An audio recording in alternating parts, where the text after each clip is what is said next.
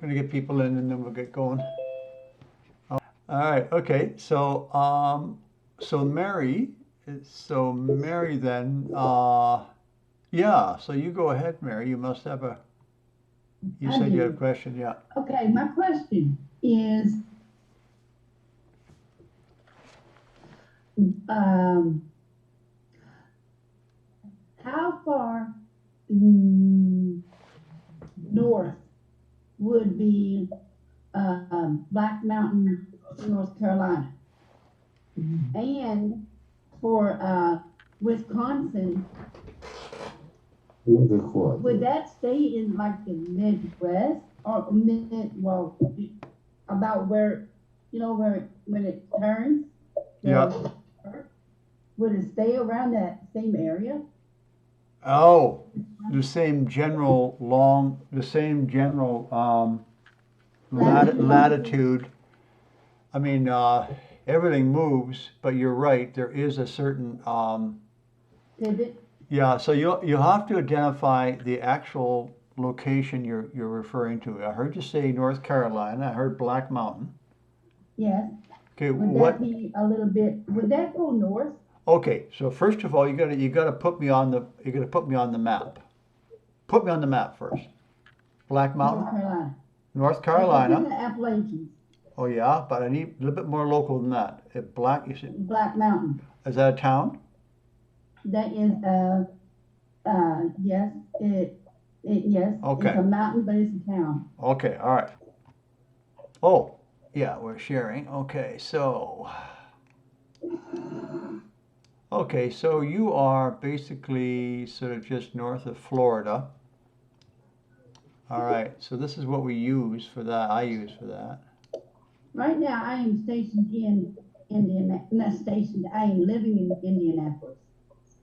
That's fine, but we're talking about Black Okay. Mountain. Yes. Okay. Okay, so that'll be at about yeah, North. yeah, so you're going to be about 50 degrees. Oh, I see. Okay. Now, I live at 49, so, and I'm very familiar with the weather, that, okay. Now, what was I looking for? Um, well, let's see. Yeah, North Carolina is at about 35 degrees north, 35, uh, 45. Oh, well, maybe a little closer to 40 degrees. So to answer your Okay. question, uh, It, so let me go back to the it would map go here. to So to it would map, go to which yeah, so you're from gonna you're 40 gonna to yeah, so 50. you're gonna gain about 50. You're about 10 degrees, so you're going to be considerably cooler than that. And the east coast of North America does definitely get cooler. Okay. Yeah. Now, just one more question. What about Brandon, Wisconsin? That stay the same or near the same latitude, longitude? Oh, oh, I see. Ah, I see your question. No, no, you're going to be considerably. You're going to be about 30 there. Right. That's just below. Just about just below the. That would be there. Yeah, you're going to be about 30, around 32, 32. Uh, okay. Yeah, see, the farther you go west, the warmer it will be. Okay. Okay. So right now it's above Indianapolis in Wisconsin. So it'll be Yeah, yeah, west. yeah. So, yeah, that's just the reality you've got to face, right?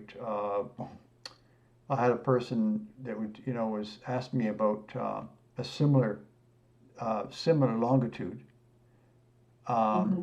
and I said, well, it was going to be, like mid Ontario. I says, and I said, well, she was saying, well, it's going to be cold there, and I said, well, yeah, but in the after time, it's going to be nice and warm. It's going to be, it's going to be about 35 degrees. And so a lot of people are concerned, and it's a valid concern, you know, uh, setting up in a cold environment for a hot environment, you know. And then you have Or to, not hot, warm, for a warmer, which is yeah, not so bad, but it's just dealing with the cold, right? In the meanwhile, right? So, right. And then do you have to prepare like seeds and that for that climate? well, I guess you would, yeah. If you're relocating to a different uh, sort of Climate yeah, zone? sort of climate zone, well, you got to consider. For example, I've got a grapefruit tree, a mandarin tree, and an orange tree growing in my kitchen, and three lemon trees, right? That I've been growing for about 8 years, right? Oh, And I know, but I know they're going to be valid after the pole shift, and they'll be able to grow. But until then, I have to protect them, right? So, as an mm-hmm. example, right? So, Okay. yeah. So you definitely want to move to an area where you get a decent growing season. So you're talking central Ontario. We'll go back to the map then. Yeah, you're talking like central U.S. Right. right? So Mm. from West Virginia on westward. Okay. Yeah. And by the way, West Virginia is a great location for us. I was thinking West Virginia might go for, like more northern. Yeah, it's slightly. Yeah, slightly. Uh-huh. But still, Okay. at 40 degrees, I mean, I'm at 49, and we have a good growing season. You know, Okay. but we're by the ocean, so the problem comes, and that's what comes up in consultations, is that um, you got to look at a specific spot. And then if you're looking at that, then also the seeker, for example, call a person that wants to move to a safe location, call them a seeker. Uh, Mm-hmm. if they are looking at a specific spot, then they will get guidance. Well, they're going to get guidance anyways, but it gets more concise. The guidance gets more concise the more concise the seeker is, right? Otherwise, if you're just Right. looking at general, heat and weather, then you're still going to get a general feedback. And I guess where I was going with that is the climate, the actual climate itself. Will it be, which direction will the winds be from? What will it be? Kind of a winter will you have? What kind of rain will you have? Uh, kind of comes into play. So you got to be careful about that, because it's pretty tricky because of the changing circumstances, right?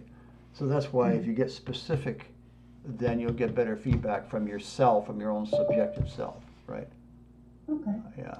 I believe that that's a little bit nebulous, but that's just the way it is until you get more direct. Yeah. So I hope that answers your question.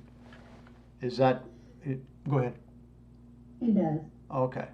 I'm still thinking about Wisconsin. Wisconsin. Okay. Mm-hmm. Yeah, because it'll be, you know, and winters can be pretty cold. I understand in Wisconsin. So yeah, but then it'll be nice and reasonable weather in the aftertime, right? I was consulting with a guy last night, and so this is Wisconsin, Okay. and I'm saying, yeah, we're a little close to Chicago, and it's like you got these other towns, and I said, I said, pretty nasty, Chicago, and I believe it was Chicago, and so he said, well, I want to look at, surviving right here where I am, right? So I zoomed in there, and lo and behold, he was a good 100 miles from Chicago and 80 miles from another town, and he was high enough from the Mississippi and far enough from the Mississippi. And I said, you know what? So we looked close at the rivers.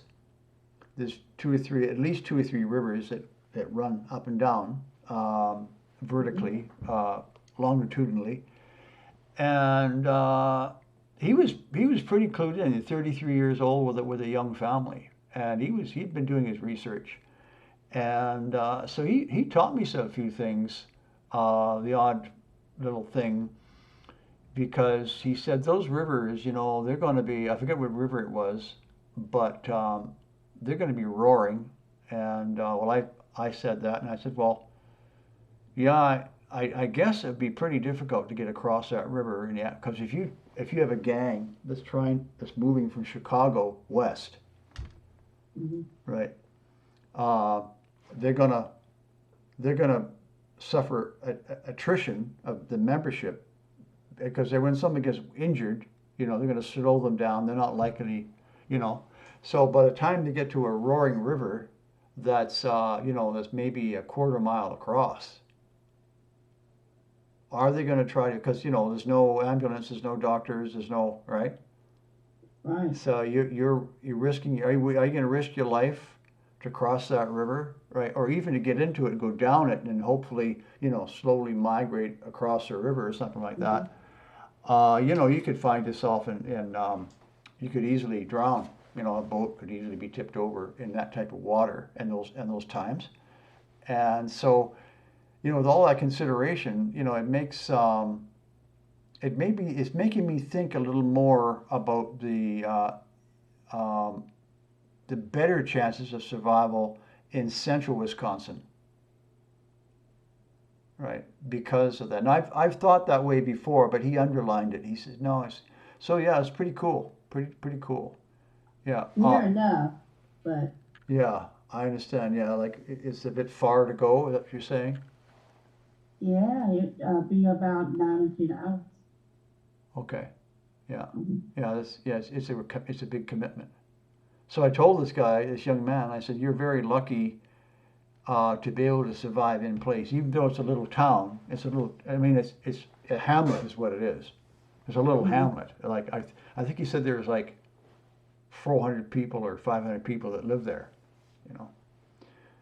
But yeah, That's a it's an good interesting thing. study because it comes up with some interesting factors. Because I said, well, you're surviving in place. Now the people around you that live around you, some will survive. So now you've got this sort of community, um, but you can't choose, right? You can't choose the community, right? So I said, I talked. He had asked all the right questions. I wished I recorded. I recorded it. It was a paid consultation, but Mm-hmm. it was terrific. God, it was a great because we talked about everything. Um, and he was like all on it, right? It was really, really cool. Anyway, so surviving in a little town in place, you've got these people that have no clue, right? That survived, right? So you've got probably have barking dogs, smoke trails in the sky. They're probably not uh, managing their garbage. They're probably having cooking food perhaps outside or having fires outside, and all these things are no-nos for the early alpha time. So we talked about that, and so yeah, it was great. I Yeah, want to ask another question. yeah.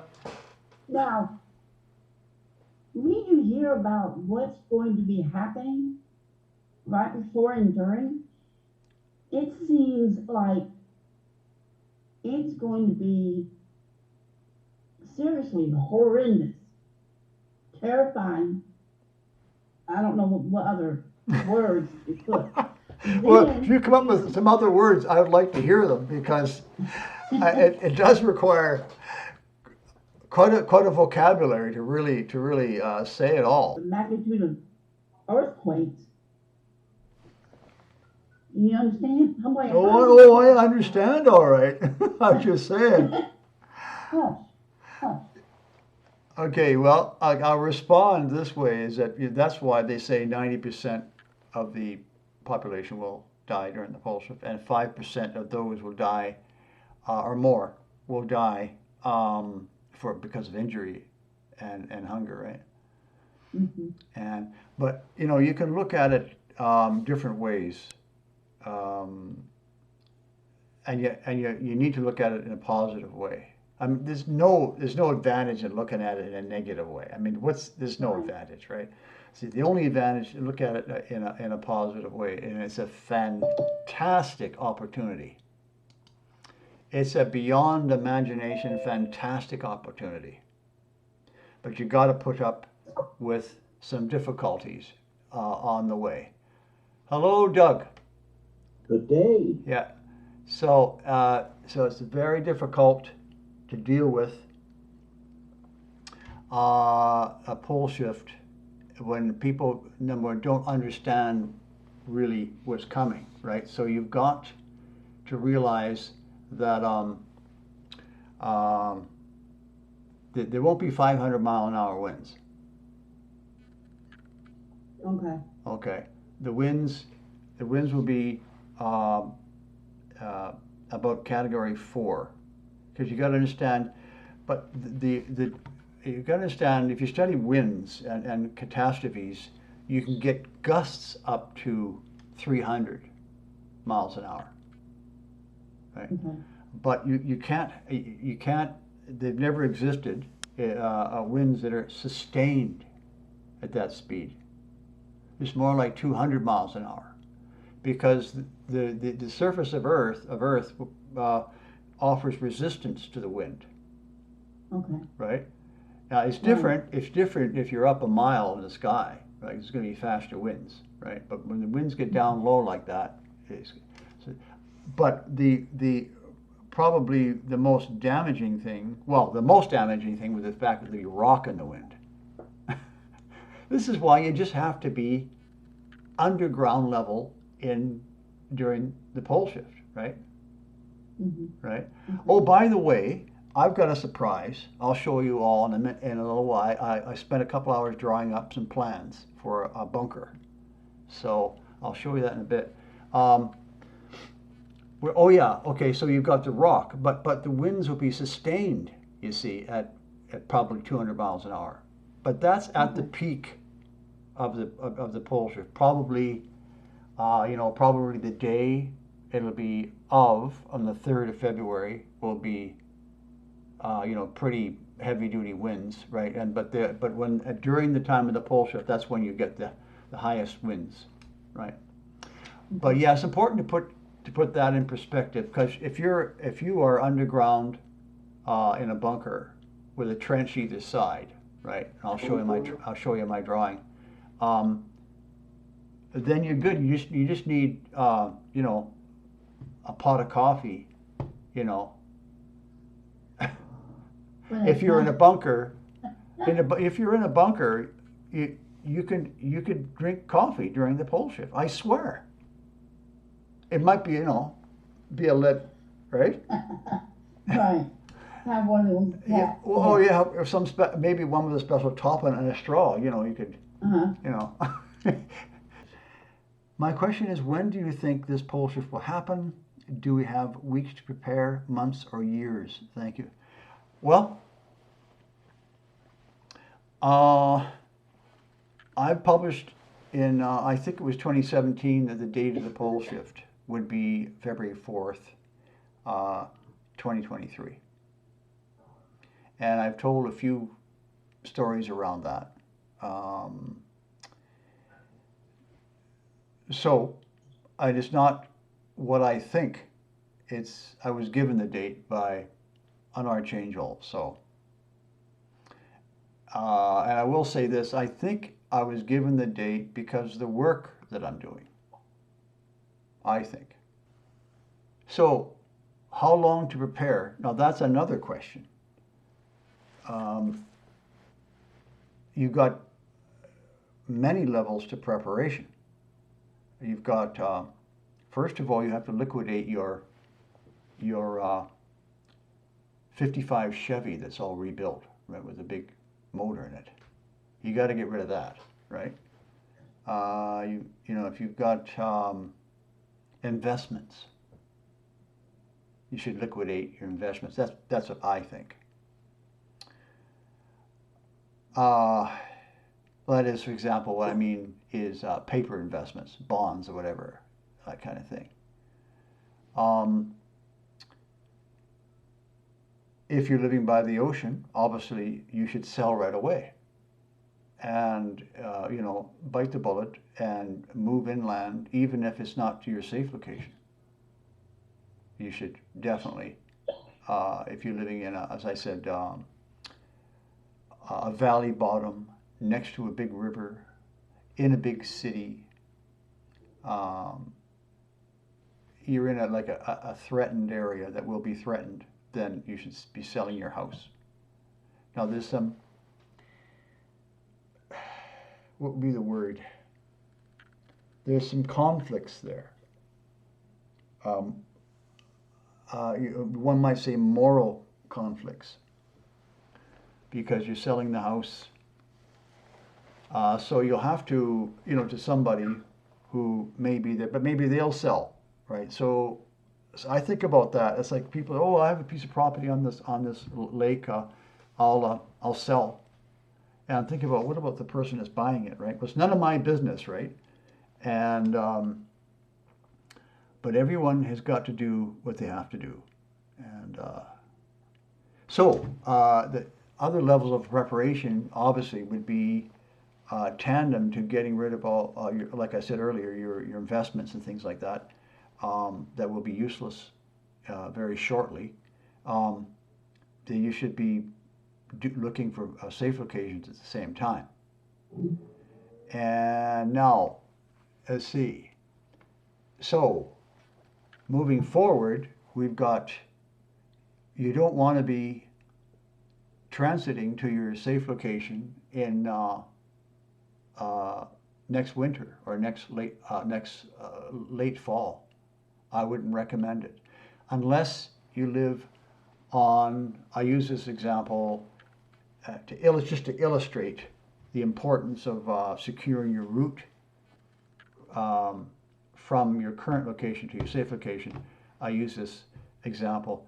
If you're living in Utah and you've got a couple of roads across the salt flats to get to your safe location, well, unless, Utah has got 233 reservoirs in it. They're all going to break. But if you have a stable ground between you and your safe location, then you have a little more latitude as to when you can move there. So you have to think about that. So all these things you have to think about. And what comes to my mind is about summer of 2022, roughly, you should have your safe location at least identified, hopefully bought, or hopefully you've moved there, or you're moving nearby. And the other, as I said, alluded to earlier, the other factor is that if you have to say you're moving 1,000 miles or 500 miles,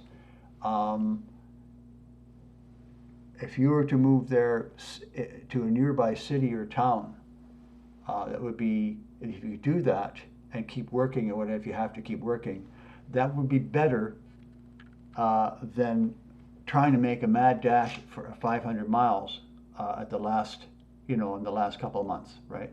So if you move closer to your location, whether you rent or lease or whatever, and then you make that hop to your safe location sometime in the early fall next year. And there's all the other layers of preparation you have to have. But if you're new to this, you've got a year and a half to the pole shift, and you should give yourself enough time to absorb the necessary information. And it takes time to do that. So, okay. So I hope that helps with your question. Arizona. You know what? I'm going to go. I'm going to jump back to the flood map. I used to look at Arizona and cringe because I'll tell you why. It's because the Hopi Reservation, which is northeast corner, I mean, they are famous for surviving the pole shift. That the Hopi peoples, I mean, they're quoted, right? They're amazing, right? But then if you look at, you got Las Vegas there. You've got Los Angeles, right? Sin City, right? And so you can imagine the amount of survivor migrants that'll be moving towards Arizona. And the other factor that made it complicated is the mystique that the Zetas talk about it. I mean, I knew about this mystique years ago because I had a girlfriend who had property there in Sedona, and she talked about how wonderful it was and everything like that. And so it has a lot of mystique, so it's going to have a lot of people interested in that area, and perhaps this year a lot of people will be moving there. So all these factors are going on in my mind. I'm like, God, how am I going to work this out? Because if you look at the highland, I mean, let's look at the ocean wash. Okay, let's go with 1,500 feet. So that's a kind of a wild guess, roughly, at what the ocean wash may look like. I remember the Zetas saying that the Bajau Peninsula would be washed over, right? So let's go 2,000 feet. So you have to realize with flood maps, the higher we go in elevation, where the flood, you see more blue, the less valid the distance it goes. So for example, here it shows it engulfing Phoenix.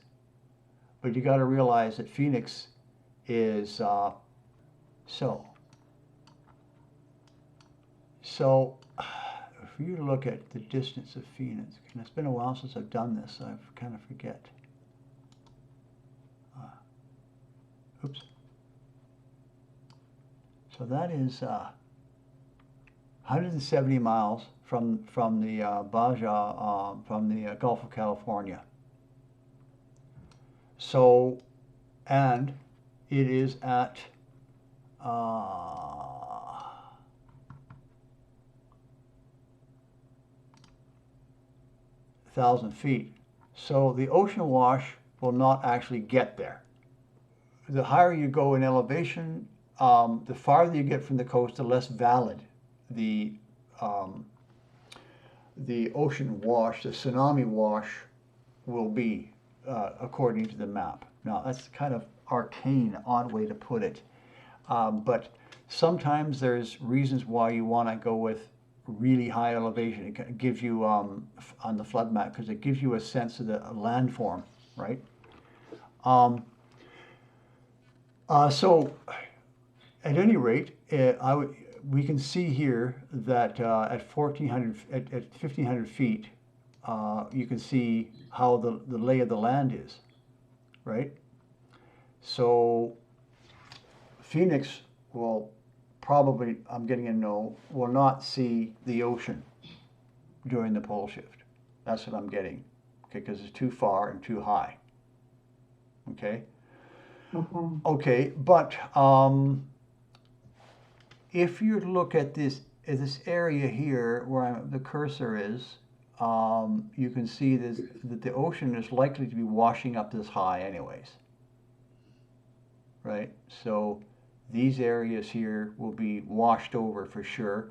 And if the Baja Peninsula is washed over, well, it's facing the Pacific directly, so it's no surprise actually. You know, so it gives you a sense of what's going to happen with the seawater going towards Phoenix. But I don't think, no, it's not. I'm getting another no, so it's not going to be touched. So these areas, Tucson. See, Tucson's at 2,500 feet, so it's not going to see seawater either. Now, Las Vegas. Oh, that's Nevada, but still, there's a big population there. Let's take a look. Yeah, so it won't see it either. Okay, so if we were to take that down to 1,200 feet. No, we'll take it down to 1,000, I think. Yeah, okay, so I think what's represented here on the map now is a little bit more realistic of what the ocean wash will look like. So,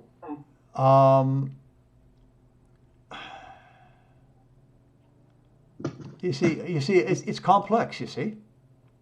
I hear you. Yeah, that's why I used to cringe and look at it. But so I'm just trying to remember. Did you mention geysers? Yes, Did I I'll get get that you. wrong? I'll get to that. Yeah. So I wanted to say that you've got this beautiful highland here at 6,000 feet, right? And you've got the worst hit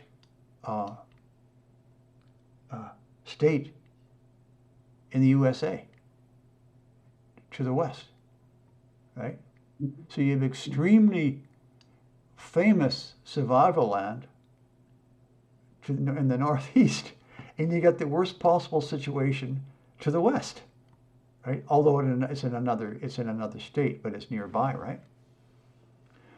So there has to be a buffer zone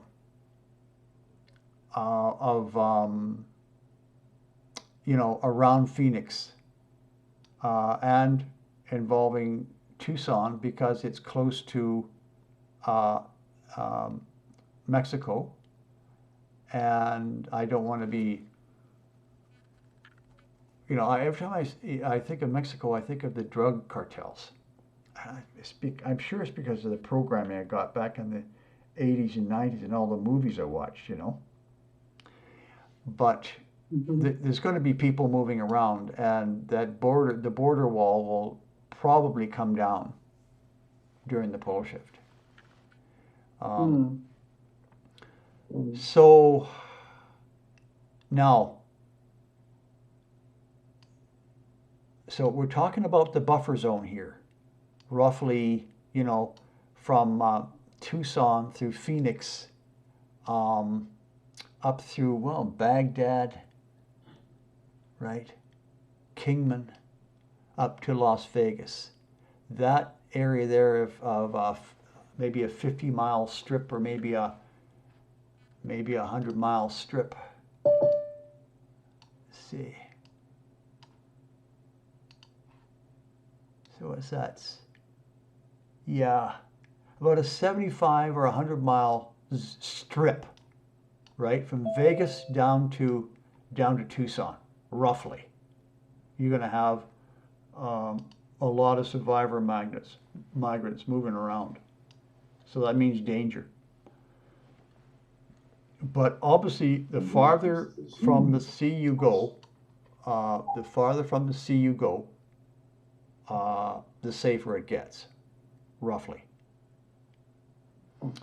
So now that puts us up in this area here, the Tonto National Forest, the Fort Apache Reservation, with deference to the Indian peoples who live there. It's the same with all the native peoples that have been given this land. I don't want to get into the cultural political past of early USA, and it's just as bad in Canada. But of the native peoples that been there, you know, for I understand. centuries. I'm just saying it because I'm recording this for the movie, right? For the video. So yeah, you've got this. Now you're getting into the mountains, leading up to the very highland, right? So yeah, so you've got these areas here. Now you've got this. Oh yes. Now let me just talk about this. Now let me just refresh my memory on which this is the Grand Canyon, if I'm not mistaken, the Colorado River. Now the Colorado has got some dams on it. So the Colorado River, even though it is in the, bear with me, for that is part of Arizona and forms part of the border between Nevada and Arizona, and California and Arizona down here. So that river is going to be an extreme death zone to be anywhere in this valley here, in the canyon. Now, I'm not certain exactly where the canyon is, but if you see the valley, the deep valleys area that leads down to the Colorado River, all this area through here is extremely dangerous because the completely unpredictable amount of water. Well, we know there's going to be a great deal of water coming down there. So, but how much and how far will it push up into these little valleys that extend northward and southward from the Colorado? Because why would they do that? Because there's going to be earthquakes and there's going to be landslides. So these areas are all extremely dangerous because of the potential redirection of the Colorado River. Okay? So that, now here's the other side of the coin. Okay? So if you were to go, for example, up in this area here in northwestern Arizona, this area here, it's desert, but there ain't going to be nobody there. Right? Who's going to go there? Right? Who's going to try to cross the Colorado? Right? So, and that extends all the way down through here, right? It's a crazy place. So, I would say probably the farther you go to the east, right, above the north of the Colorado, but what is there, right? What is there? Probably nothing but desert and rock soil, right? So, you know, so that's not really viable for the average person, right? So that puts us south east of the Colorado River in Arizona. So that puts us right back in the Flagstaff. I'm not saying Flagstaff is particularly safe. We'll talk about that, but that puts you in that general vicinity, and down on the eastern side of the mountain range. Now I don't know the name of that mountain range. We call it the Gila National Forest, and White Mountain? Yeah, well, I don't know, Fort Apache. White Mountain, I believe. Okay. My sister lives there. Okay, all right. Hello. All right, thank you. So, but anyways, this mountain range, Prescott, for example, this area, has valid safe locations in it. So, but the thing about Arizona is, as far as whenever I zoom into it, I never see any soil. You know,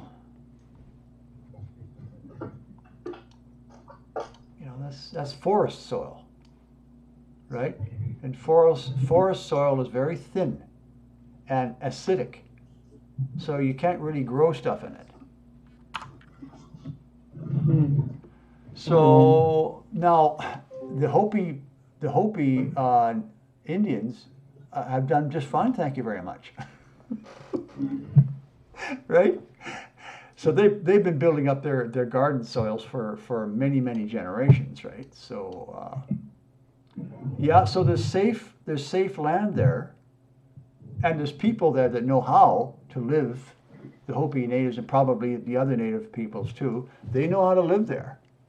But you know, the family that lives in a nice house in Phoenix, you know, they water their lawn. You know, they got a 4x4 and in their driveway, and they have a carpet all over the floors. You know, and he works as in the tech industry, and she works, you know, somewhere, and the kids are going to school. They're not used to living in the desert, right? Even though they're in Phoenix. So, yeah, so that's now the communities are going to form. So there's that, right? So if you're in a community, then you can put skills together and make it work. So there's that. Shall we say, going forward, that would be the way to be if you're going to live in Arizona. Would be to make sure you had a community with you that was committed to making a life there. Yeah. Now, somebody I don't remember where I heard it, but it was a vision that somebody had written somewhere. It could have been on my Facebook group or somewhere, or my Telegram group. But they were saying they had a vision that water would be coming up from the ground. Now, what else would I cover? Yeah, so there's that possibility, and I already got a yes from my guides that would be happening, but where I don't know. So, how does that sound so far? That's great. Thank you so much. Okay. And remember, the more specific you can be about where you want to move, the more accurate, the more support you'll get. Chris, I have a question to ask Hi, you. Beth. Okay. Is it true that there's a lot of ET sightings in Arizona? And if so, why? Okay. Well, okay. Okay, your question. Okay, I'm going to turn it around. Actually, I'm just going to talk about it a bit. Okay. Thank you. There's been vastly increased sightings of ETs and UFOs. Did you say ET sightings or UFO sightings? Well, I use the word ET, but Okay. I also too think of them interchangeably, and I don't know if that's right or wrong. Well, I mean, ET sightings are obviously ETs, right?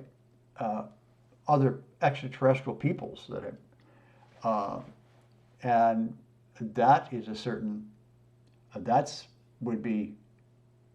a different deal, right? But if we could talk about what is more relevant to the pole shift and safe locations is the sightings of UFOs. And this has occurred worldwide. So, but speaking of Arizona, it would be typically UFO activity is warning the public that's viewing the UFOs that they're in danger. Okay? That's usually the method and the purpose. And in some cases, and also crop circles are doing similar things. But that's crop circles, that's something else entirely. But yeah, that's usually what it is, a warning the people below. And if you look at the patterns that they display in the sky, they're sometimes they are, well, in most cases they're indicating what's going to happen to that area. So if you, and it's done it's sort of a subjective language, and the language is kind of well, it's subjective. So, for example, I remember seeing some UFOs display, and if you looked at the movement, it looks like a wave motion, right? And I was, and I can't be specific, but I remember thinking, well, that area is in danger from the sea. I don't remember where it was. So, if they're moving in a wave motion, they're telling you the waves are coming in, right? So it's like that, or other geometric patterns that mean certain things to us, right? But basically, it's all a warning. That would be your answer. So Thank you for expounding. did you say expounding? Yes. Yeah, okay. You're welcome. That's the right word too. It's a beautiful answer. I'm very appreciative. Okay. Yeah, thank you. Next question we've got. So I'm in Brooklyn, New York. That's Karen. Okay. If I have the ability to move, I was thinking of PA. Where would be the safest place in PA to move to? PA. Well, PA has its problems too.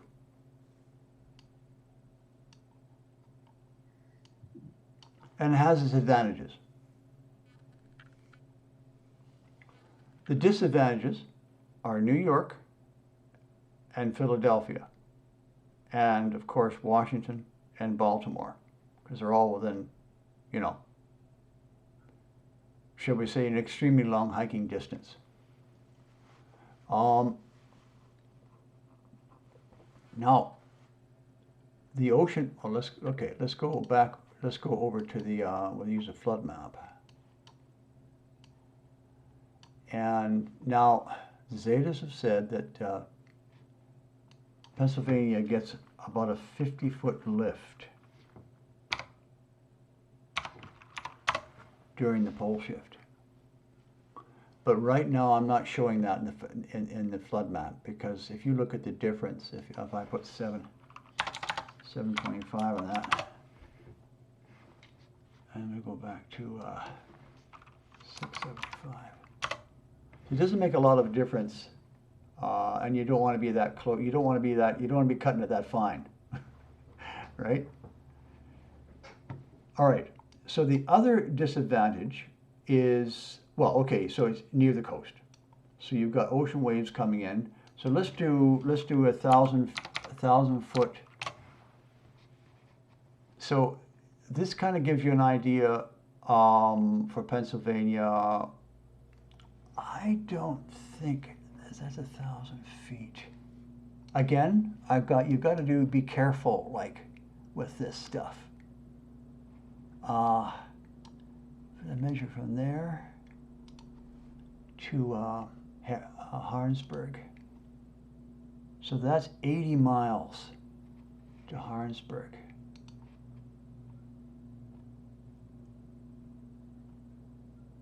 Okay. So just for sake of accuracy here, this is important because this is the buffer zone, you see. Oh, maybe that was Harrisburg. Oh, Harrisburg, yeah. So it's 80 miles from the coast to Harrisburg. And Harrisburg is at 500 feet. So Harrisburg is not likely to see the ocean. At 500 feet and 80 miles, it's, Zeta say 200 miles, 200 feet elevation, 100 miles in. So they're within, they'll stay dry. Now, of course, the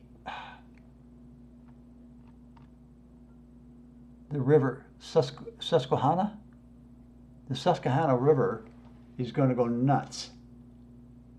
And so Harrisburg, of course, will be washed off the map, but they won't see seawater.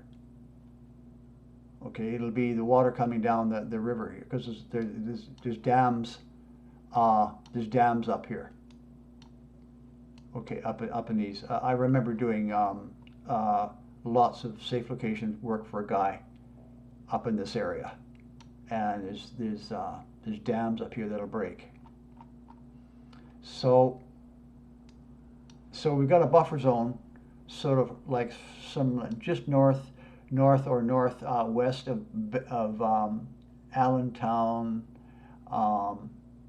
and Harrisburg and Hagerstown. Well, I think Hagerstown is actually in another, Maryland. Don't quote me. I'm just so we got a buffer zone here. So you've got probably want to be northwest of. You can see this. There's a ridge here. Now let me nail. Pennsylvania. I've got to get a visual. Okay. Right. I remember tracing it out in a map once. Yeah, for Philadelphia. Okay. All right. So the seawater will not get to Stroudsburg, Pottsville, Harrisburg, or Chambersburg. So there's kind of a ridge here. Now, so you obviously need to be north and west of this ridge.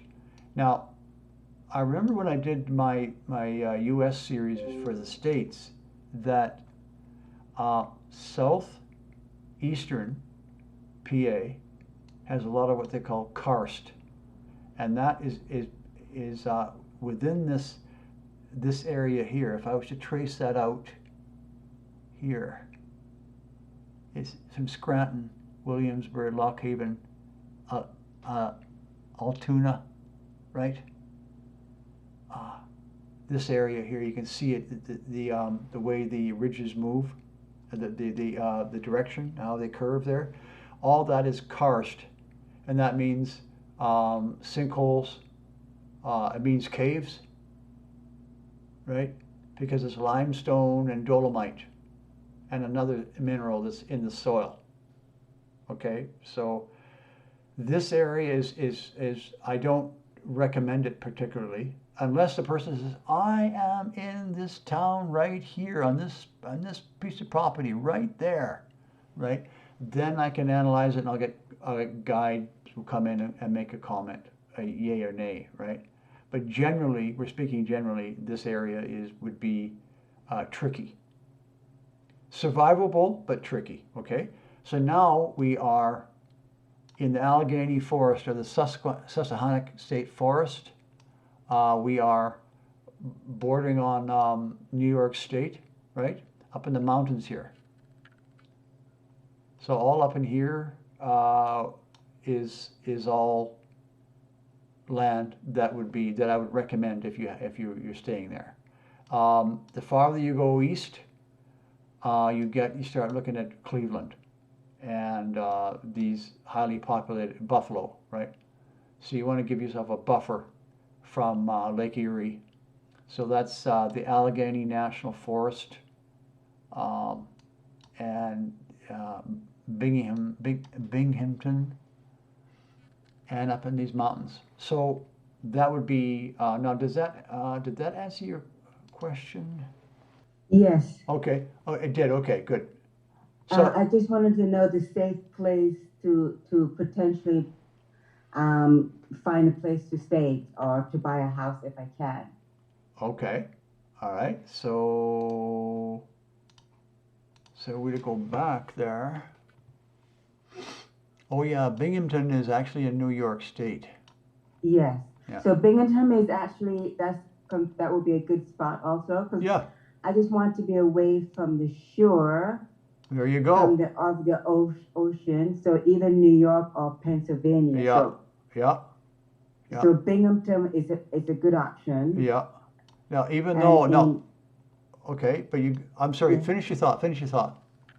Yeah, so I'm just basically want to know where would the best place I can go to if I were to stay on the east coast of the U.S., Okay. stay on the east side of the U.S., Okay. near to New York, but not in a danger zone. Yeah, okay. Well, there are intermediate danger zones, okay, because we've got the New Madrid kickoff coming up, what I call the kickoff event, right? That's coming up. It's not the full-on New Madrid, but it's a kickoff event.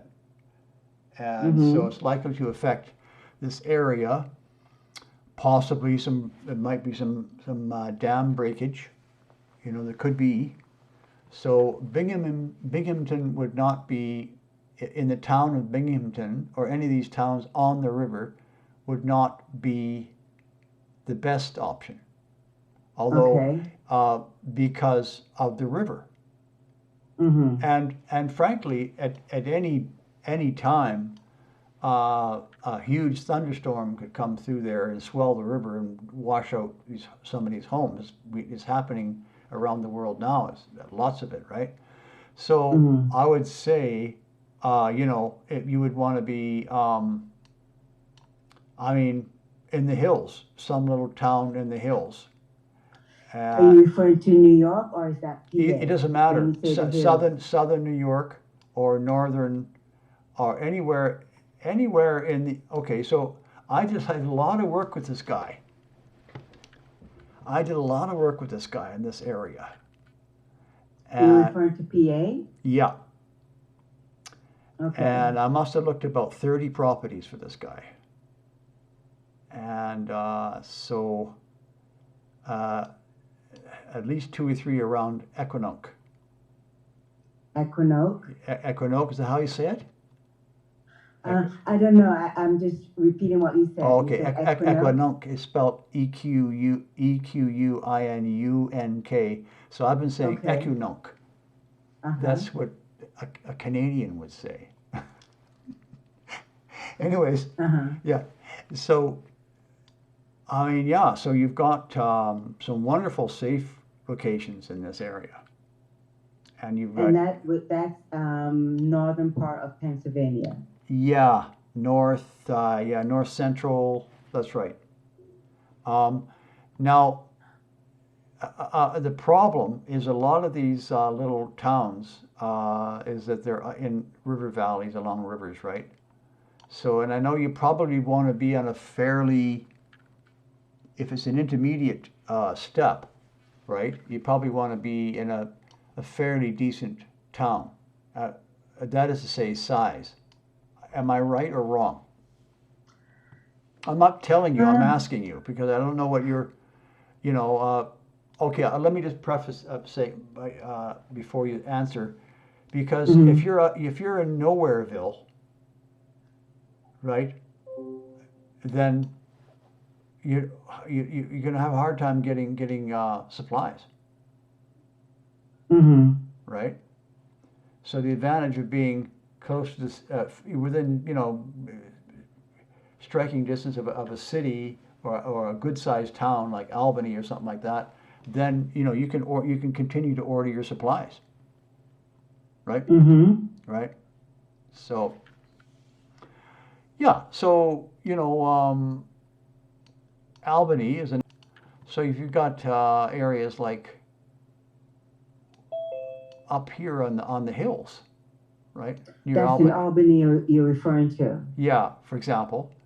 You're far enough away from the Hudson. And, you've got lots of little choices in here. Let's zoom in here. Yeah, these are farming communities, aren't they? Oh, no, look, you've got lots of choice renting a house in here. Yeah, so, see, but you get the point? You want to move to an area that's not going to get flooded out, but near a decent sized city, so you can still order supplies and stuff like that while you're looking for a safe location. Okay. Right? Okay. Okay. Okay. While we're in I'll give you an example of safe location planning.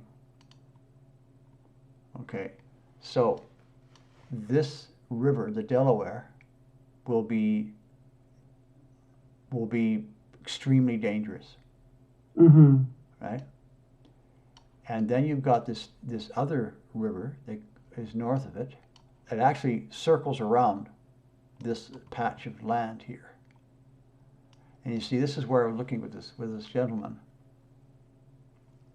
So okay, so the advantage of being in here. And is this the Albany or PA We're PA. Okay. Equinunk. Here's Equinunk right here, Equinunk right there. Okay. And I was looking in this area for a couple of properties for him. And I'm saying this is really a fantastic opportunity up here, because nobody's gonna be able to cross these rivers,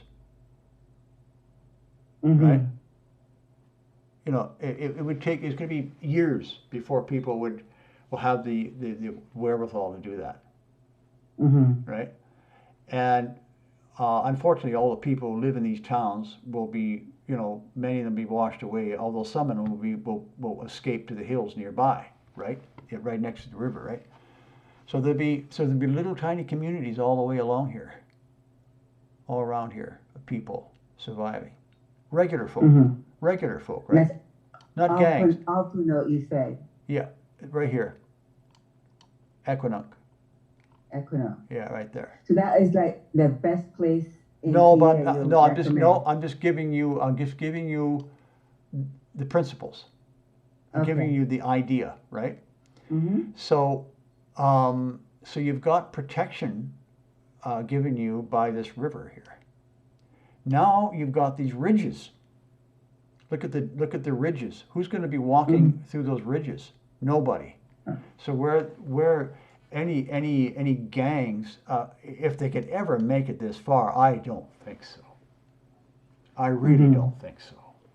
They have to be extremely organized, and I just don't think so. So this is a safe area. It's also close to a city too. Well, you're with it. Well, yeah. In terms of getting supplies. I would think so. You'd have to see what the shipping companies are doing. You know, look into that. But speaking of this area, like that's what I'm trying to say, is that these ridges, if anybody's going to be transiting through these areas like a gang, which probably wouldn't happen, would be go along these roads, which most of them would be destroyed anyways, right? Trees down, you know, landslides and stuff like that. So if you set up in here, and with good timing, in the next year, then you'll be isolated, and that's in the aftertime. That's good, and there will be small communities around you, right? So and I used to zoom right in, right, and say, okay, what's this road going to do? Here, well, it's going to wash out completely, because right by that creek. So that entire roadway is gone. All these roadways are gone, because they're going to be washed out by the swollen rivers, right? So you've got but you've got roads that go over the mountain. So you have the possibility of interconnection in this area. You see, these mountain roads, right? So that's what I wanted to say about that. Oh, that's you again, Karen. Yeah. Is there a house I can purchase that would withstand the shift in the event I can't build a bunker? How much money do you got? Don't answer that question. It depends on your resources. I had an internet friend, a pole shifter wear. I've mentioned this before. She ended up moving to Portugal. But before she did, she had plans of building a reinforced cement house, 10-inch thick walls.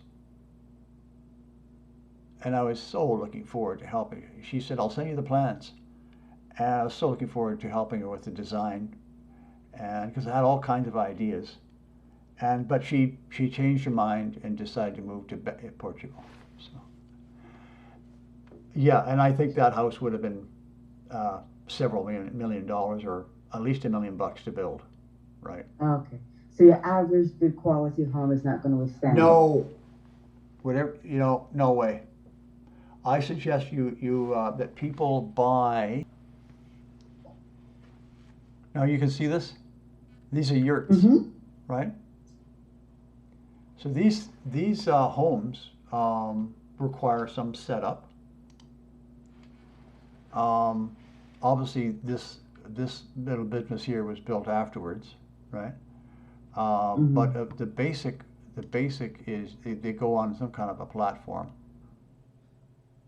It's not hard to build that, right? It's just a platform, and you set you can put it right on the ground, right? So there is an example of a yurt, right? That's how they come, and you can they come packaged. Oh, they already come installed and everything. Yeah, I mean, well, put the together. installers, the people who sell them, will definitely install them for you, but you don't want to set it up before the pole shift, Okay. right? So the idea is that you buy a piece of property with a cabin on it. That's the nicest way, the easiest way is with a cabin or a little house. It doesn't matter if it's a tumbled down old house, it doesn't matter. It's got a bathroom and a kitchen and a bedroom, right? That's all you need, right? And a storage room, right? So then it's going to go during the pole shift. It's gone, Right. right? But you have the yurt in its containers. It has several containers. You'll have to deal with that. Prefab homes are not really meant to be stored underground. They arrive in little containers, boxes and stuff like that. I looked into it. They come in boxes. So what you're going to do is you're going to dig a hole, and you're going to put that yurt in there. You're going to put down a huge big tarp or two. Put the yurt in the middle of it.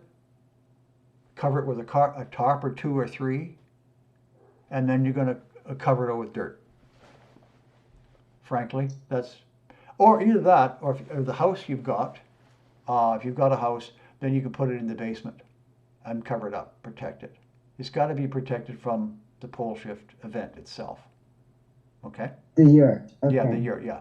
So then you have the yurt. Now, that's going to take, might take you a month to set that up. Say you've only got two of you or something, or if you've got a family of maybe 5 or 6 or a small community, well, it might take only a week to set it up, right? So, in the aftertime. But what you're going to want is a really good high quality tent. Right? So you have that buried or put in the basement as well. And you've got 30-gallon plastic containers, sealable, with coffee and cookies and blankets and stuff full of food and fresh water. Okay? Okay. Yeah. So then you're going to bury that with the tent. So that's your first after-time housing will be the tent, and you live out of that for a month or two until you set up the yurt. Okay. So the yurt would be set up after the pole shift. Yes. Yeah. Okay. No. Okay. So but then you're going to be in the trench then, or a bunker while the pole shift happens? Where are you going to be? Where would be the best? Okay. Well, okay, yeah. So for that. No, these are good questions. A fantastic question. Okay. So you've got a little house you're living in on your safe location, say. Okay.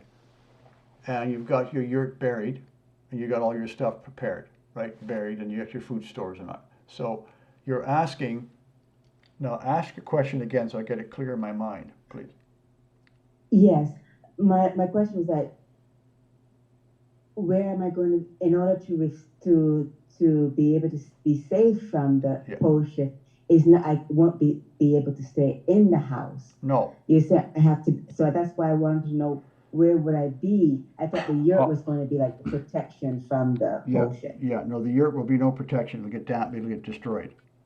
That's why Okay, that's why. that's why you bury it. Yeah. Okay. So now we're talking bunkers. Now, last night, as I was saying earlier, I had this fantastic consultation with this young guy, and we talked about this stuff. And he talked about building a cement room. So I don't know which. I mean, are you if you're on your own, if you have. Yeah, at the moment I am on my own, so this is Okay. what I'm just. All right. Okay.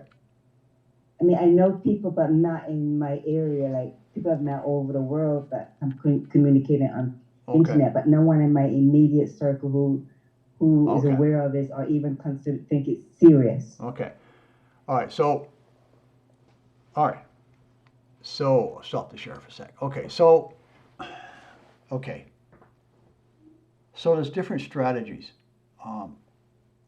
Now, it depends on the person's abilities, right? Now, this is where setting your intentions becomes very important. You set your intentions how you want your life to go forward through the pole shift, right? That's very important, and how you feel about it. Just set those intentions, what you want, right? Mm-hmm. And then let it unfold, right? So meanwhile, of course, you're doing your due diligence, which is what you're doing now. You're learning about different ideas and stuff. Okay. So it comes down to each person. Each person has their own resources, the unique resources, and a sense of how they want to move forward, right? And skills. So if you can't do any building skills, do you have any building skills? Building, no. Okay, all right. So you're going to need to buy a pre-made bunker of some type. Okay, so that's possible. Okay. Yeah. Oh yeah. Sure. Oh yeah. There's lots of bunkers are made in the U.S. Right? So, but the thing will be to buy the right bunker. Mm-hmm. And so I'm going to put here because typically they're tornado bunkers.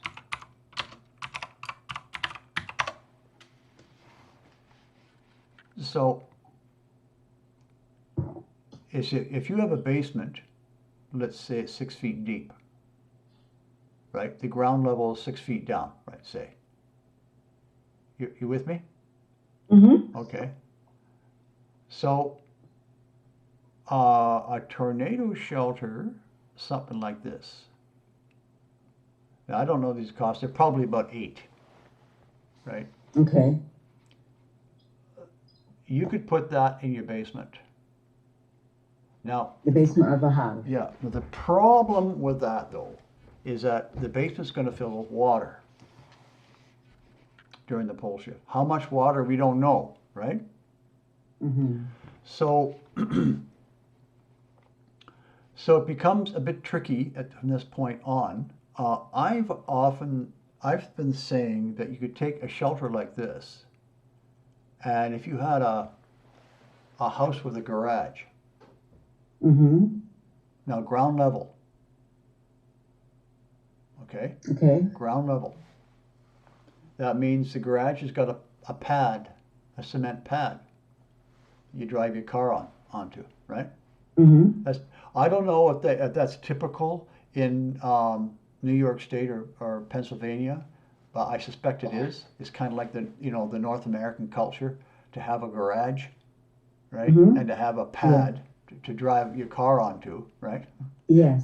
Oh God, is that ever going to be different after the pole shift, right? No more cars, no more culture like that. But so, if you get a house with a little garage in it, Mm-hmm. then you buy one of these. You could buy one of those and have it set up against the house, the back wall of the garage, on the pad. Okay. Okay, and that would be a viable safe location plan. Okay. Notice that the door opens inward. Mm-hmm. That's Yes. very important. I was looking at, one person was considering oh, it's right here. I had a person ask me about that the other day. The Mm-hmm. door opens outward. So what happens if that car, instead of landing there, land in front of that door? Right? Mm-hmm. That's why you want a safe container bunker, where the door opens inward. Just remember that. Okay. Inward. Okay. So that's And those are possible. oh yeah. So Oklahoma tornado. So I'm sorry, it's not the manufacturer, but these things are not too hard to find. Mm-hmm. And that would be one viable method. So what happens during the pole shift, of course, is the house get taken away. Mm-hmm. But in the meanwhile, the tornado shelter is protected by the house itself. Okay. And it's on a pad, ground level, so you don't have to Right. worry so much about water, although you're likely to have water creeping in through there, right? There's going to be a lot of water around, right? And of course, you don't want your garage, your house, to be in a dip or a low part of the land. You want it to be not level, but it could be on a level land, but the land around your property should fall away.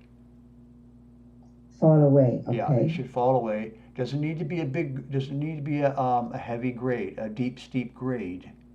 It just needs to have some grade downward, away from the house. Okay? Okay. All right. So I think that's I'm getting a yes. So that's a viable plan. You could, Okay. okay? So that The bunker in the garage. Yep. Now these other Okay. ones are below ground, right? Is Karen still here? Yes. Yes. I'm Okay. here. I'm listening I'm to about you. to reveal my drawing. Okay. Uh, so these can work if they're sealed properly, right? And we're on a rise of land. Here it wouldn't work very well, although you can see the land does kind of fall away a little bit in the distance, right? You can see Okay. there's a grade over there. Let's see if we can get a bigger picture. No. Yeah. So you can see that looks like a downward grade there, right? And yeah, so it could work, but it would probably fill with water, and it would you could drown in that. That's so you got to be careful with that, right? Okay. So now, speaking of underground bunkers, I thought today, this afternoon, I thought I'd try my hand. It's been I think 50 years since I've done drafting, but I drew this up. Now, what does this mean? Okay, so I'll just describe this. You've got 8x8 fir beams. It's 6 foot. Screen's black, Chris. Excuse me, Chris, I can't see it. Oh, okay. Just a sec. I'll have to stop the share and then reshare. Just a sec. Okay. Now, tell me whether you can see this or not. Mm-hmm. Yes. Okay. All right. So you've got 8x8 fir beams around like that. So what this is a little house, little square house. Mm-hmm. But it's reinforced. Now it's a little bit it's mostly to scale, but some of it is conceptual. Okay, so but basically you've got these 8x8 beams here. This 8x8 inch beams, 8 feet long, and you dig them into the ground. So you have a wall where you've got these beams embedded in the ground, right? Upright, in a trench. Okay, no, let me back up here. Okay, so this is just to indicate that you dig yourself a trench that's that it would be 6 feet wide, and it would be 6 feet deep. Okay, and as it happens, my little bunker is 8 feet long, but the trench is 6 feet deep, and 6 feet deep, and then 6 feet wide. Okay, now what you could do is you could dig a trench. Let's say you're digging down, you run into hardpan at 4 feet or 3 feet, say, right? So then you dig it as deep as you can go. And let's say it's 4 feet or 3 feet, but it needs to be 6 feet wide, at least 6 feet wide. So that would take you, what, a week? Right? A person, a week to dig a trench that was 4 feet deep, 6 feet wide by 8 feet. Now that's a hole. So what you'd want is then you want to make sure you've got, that you've got a way to get to it. So the trench, you have to have a walkway, right, on either side of it. Now, am I making any sense so far? Yes. You dig a square hole. On either side, you have trenches the same depth that you can walk to it. And those trenches on either side become the drainage for the water. Okay? So it's in this trench, right, that you set this little building in. Okay? That I'm describing. All right. So Yes. that was my idea, is that all you need is, whatever, 1, 2, 3, 4, 5. So 1, 2, 3, 4, 5, 6, 7, 8, 9, 10, 11, 12, 13, 14, 15 beams like that. Probably cost you a couple $100, right? And then you on either side of the trench, you embed them in the ground like that, and you build this thing in there, in the trench. And so, and then on the ends, you just put big, what they call lag bolts in them, like that. Now, this is not for everybody, but it's just an idea. I thought, well, I got to come up with some ideas, right? So this, I believe, this would be, and then on the inside, you're going to have 2 by 12 fir, like panels on the inside, right? And then you have a floor, okay? And then on each end, you've got a plywood doors.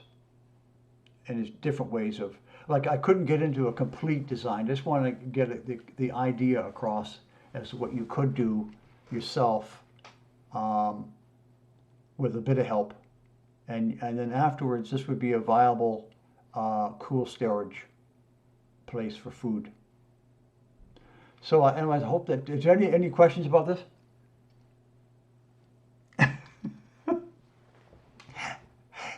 Is it a bit overwhelming? I wouldn't know how to do that. Yeah, no, okay, yeah. It's So, impressive. yeah, well, it's possible to build that. You just need a couple of people to think it out. Can I ask a question about the bunker? About bunkers in general? Yeah. Your design. My design, okay, so I'll leave it here. Go ahead. Yeah. If there's an earthquake, which there will be, Yeah. is what makes this structure stronger against earthquake tremor like standard house? Is it because it's a small square? Yeah. Okay. Yeah, it's not too Alright, big. cool. It's not too big. See, the bigger it gets, the more it needs to be supported. Okay.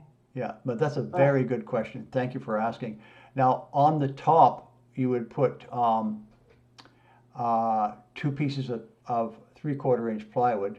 So it's 1.5 inches of plywood on top. What's that? That's $80. $100, $120. Okay. And then you cover that with corrugated panels. Again, they're only about 40 or $50 each, right? And you double them up, and you lay them on top, the steel panels on top of that. Probably this way, like that. So you got plywood roof, and you got a steel top, right? Corrugated. Yeah. And then on top of that, you pile sandbags. So that the roof is ground level. My guides made it very clear that the roof needs to be ground level. Right? Okay. So you pile that with sandbags. So if this is not ground level, say ground level is here. So that means you've got 3 feet or 4 feet sticking above the ground. That's doable too.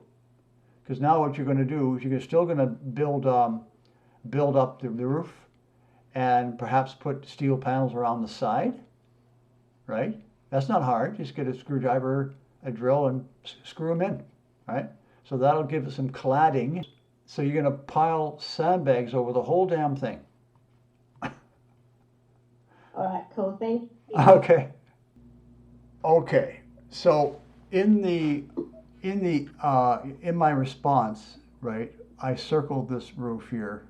You may remember me in a red circle here, and you can see the damage done to the roof, right? And that would have been flying debris hitting the roof edge, right? So Yeah, but the unit that I'm getting don't have that though. I don't know what that picture of that old man is sitting there, because it don't really look like, I don't know why they got that on there. okay, well, okay. All right, so all I can do is comment on this is likely to be the same substructure, right? Okay. Yeah, and that is, I'm glad to hear that they have a rear exit where the door that opens inward, but I wouldn't expect this to survive a direct onslaught, exposed sitting in a field somewhere. Okay. It should be sandbagged at least, right? And Sandbagged.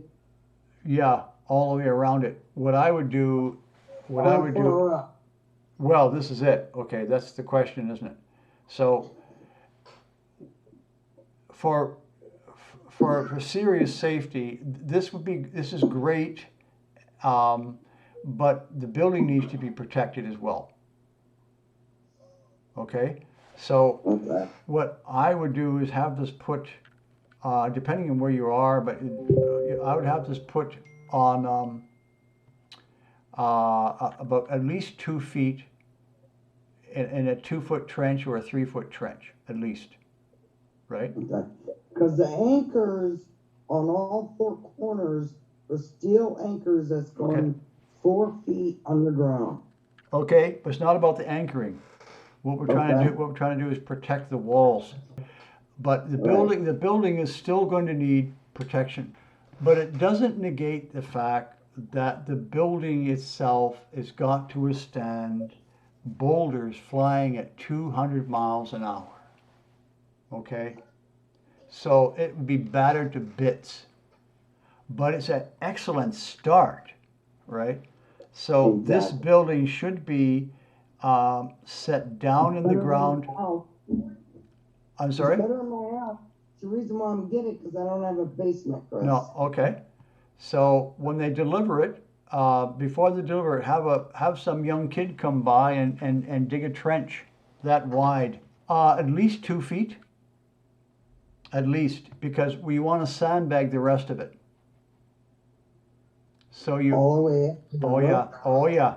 Oh yeah. It's either that, or you're going to add either that, or add some other method of protecting it. Okay, but the lower you can get it in the ground if you got, as I said, you got a trench that leads to the door, right? So the trench Right. itself will act as a drain for the water that'll be falling, and drain it away so it won't flood, right? Because if it's Right. like 3 feet below ground, you don't want 3 feet of water in there, right? Because this won't be watertight, okay? So I would have it buried at least 3 feet with a trench leading to the door. So the door will open, and same with the back door. Make sure that's openable, or it opens inward. But anyways, and then you're going to sandbag the rest of it. You got to do that because it won't stand up to rocks flying at you know at 200 miles an hour. Whatever's above ground should be heavily sandbagged, and whatever's below ground should be drained, well drained. Okay, Vass is back. Are you there, Vass? Yes. Okay. Hey, Chris, I most certainly don't want to make this a political discussion. Is this right? Please read question to yourself. Well, it's too late now. And decide whether you'd like to answer. New lockdown seem to be in effect. I think it was Paula was saying there were, Australia and UK. Well, it would be. It would be, but, well, again, what country are we talking of? United States. Oh yeah, that'll be pretty well liberated in this fall. But not overseas. No, I don't. I think there'll be the UK. I think they're going that way. Africa. Well, Africa. Well, Africa is Africa, right? I can't. Like. I don't know what's going to happen with Africa, right? Thank you. But I mean, like politically, right? Because but I think it'll rub off. But it's going to be, there's going to be social unrest no matter which country you're in.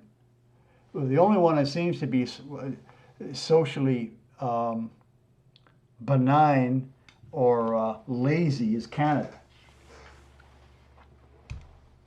I'm telling you, we're the laziest, the most liberal country in the world. They're like, whatever the government says, let's wear a mask. Oh, no problem. Let's wear a mask. Let's put a mask on our kids.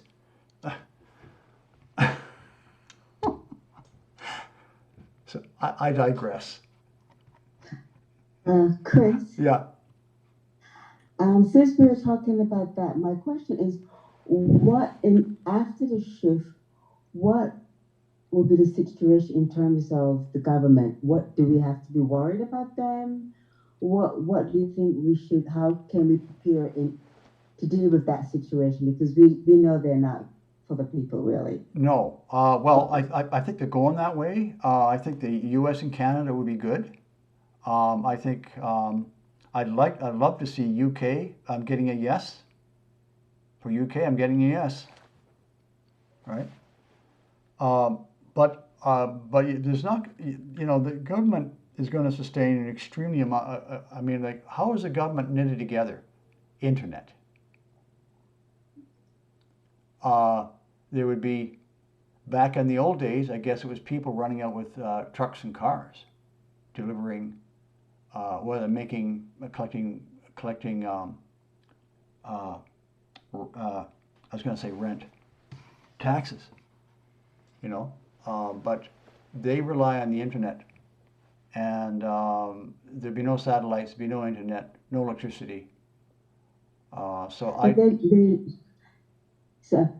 they know this is coming. So aren't they going to prepare for that? You can't. I mean, they've been building up. The governments of the world have been building up areas. Like, for example, we know the Cheyenne Mountain in Colorado has been built up the Ural Mountains. The Russians have been doing. Putin's been doing the same in the Ural Mountains. And you've got China has built their cities, right, which are going to be destroyed anyways. They have these cities built in out in Mongolian desert. But they're with even with gasoline stores for their helicopters, there's only a couple of years of function, or maybe 5 years.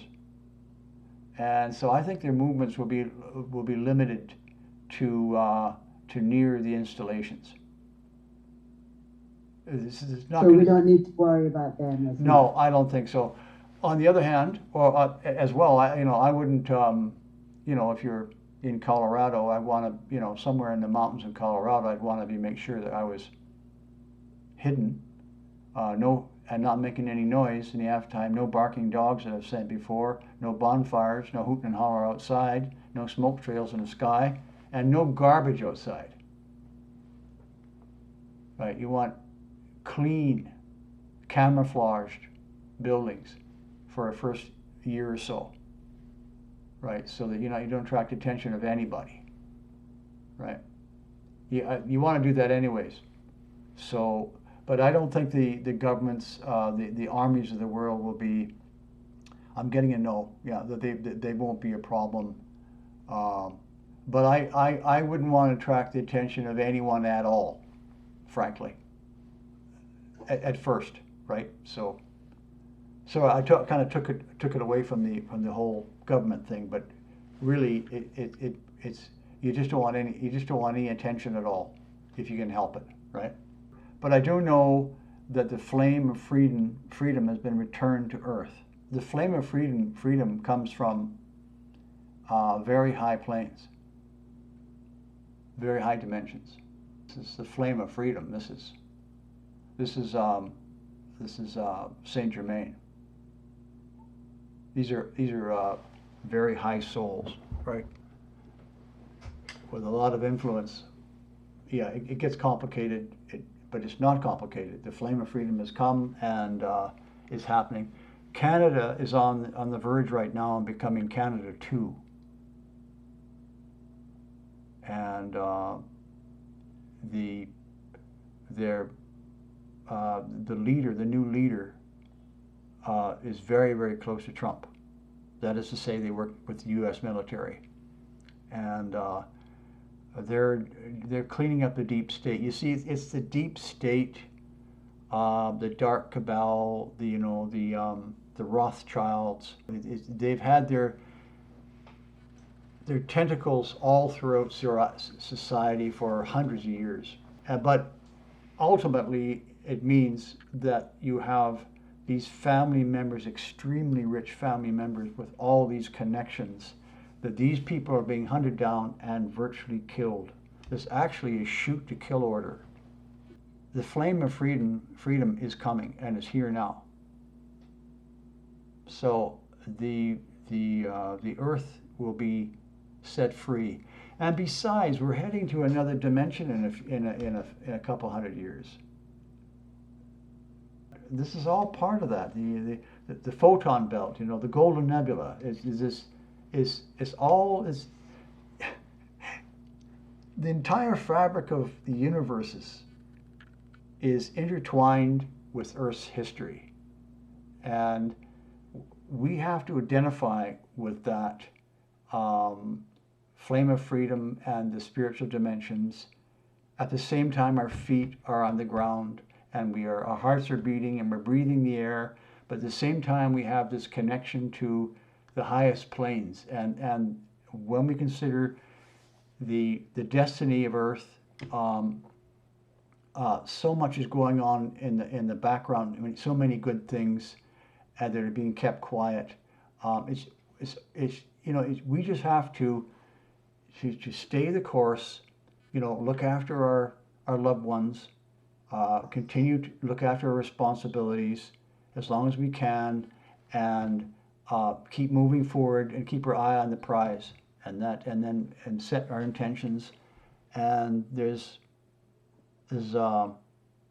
that's what we have to do, and avoid the the negative thinking and, and stay true to the heart and keep moving forward. And that's what we have to do. And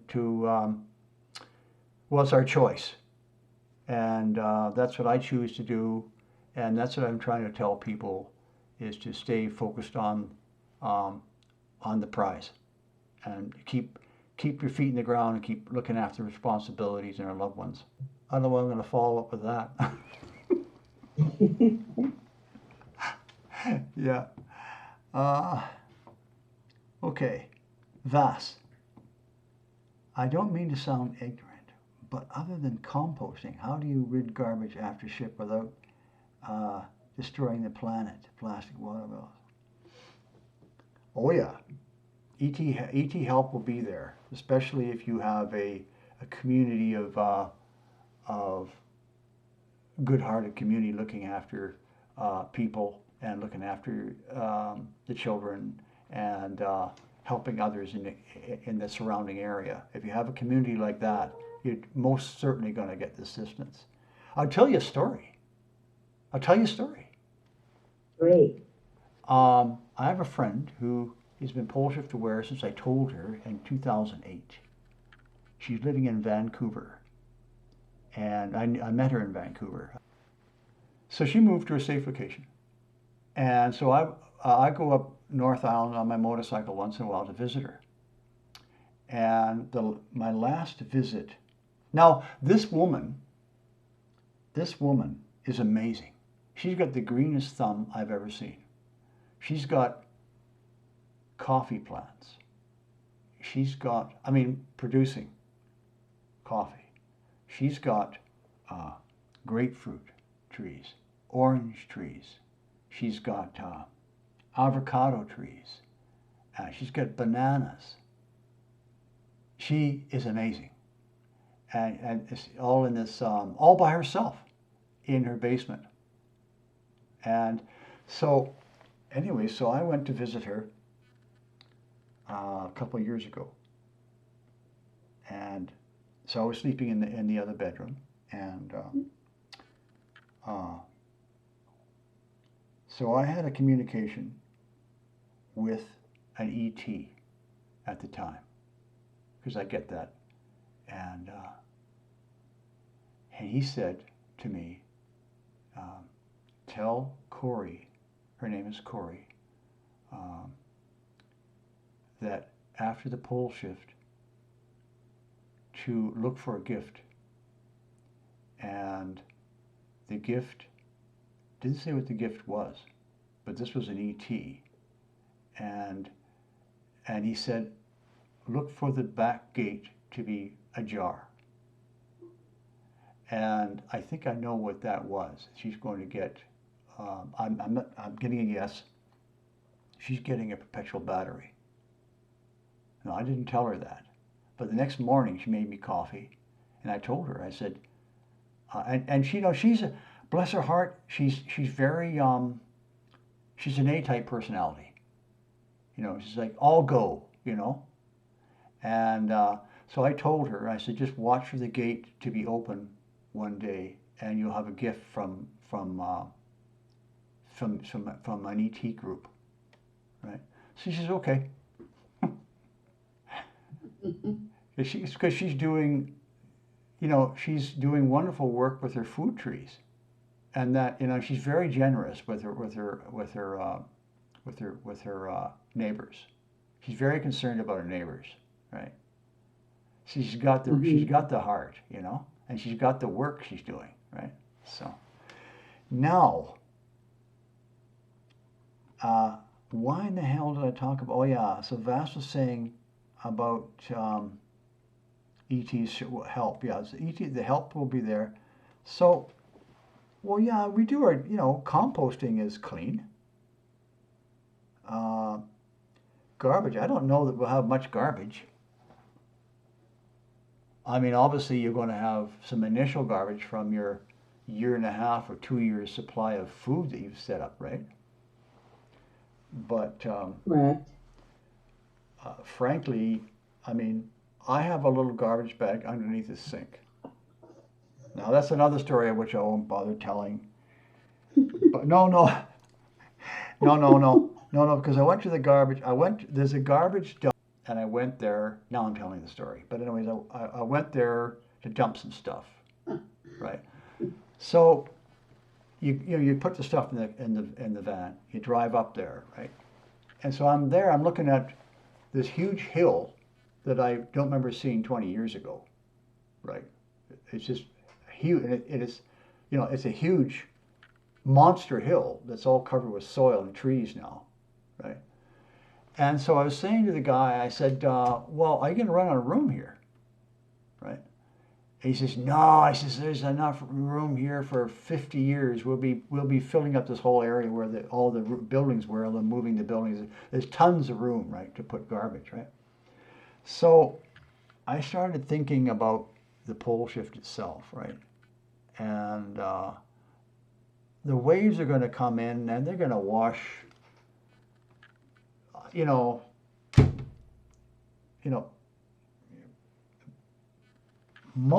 hundreds of millions of houses and people along with it into the sea, along with all their. If you look at a tsunami that's hit a town, and you look at the aftermath, it's just full of garbage. So that's when I stopped worrying about garbage dumping now. However, when I put something in the garbage now, I wash it because it'll sit there for a month, right? So if I have a can, which is unusual, sometimes I'll have a can, I'll wash the can, and then I'll put it well, I recycle it. But if any packaging, I tend to wash it off, right, and then throw it out. So that's so you want to wash your garbage, for sure. And we'll all have that, and I'm assuming we'll all have a hole that we could put all our dig a hole and put all our plastic wrap that we aren't going to be using and odds and bits and stuff. And we'll slowly transition over to a garbageless society, right? Because you go to your tomatoes, you don't need a package. You just pick the tomato, and there's your dinner, right? No garbage. Right. That's what I understood. I Yeah. just wanted to make Yeah. sure. No. I'm thinking Yeah. initially garbage, like Yeah. I hate to say it, the disease and feces, things of that nature. Sure. And like the Feces. planet is destroyed right now, so I'm like, how do you? Well, you're going to need your feces. You're going to need your feces to fertilize your garden. So you're going to have compost toilets for sure. Absolutely. Right. So I mean, they've got compost toilets now that are extremely advanced.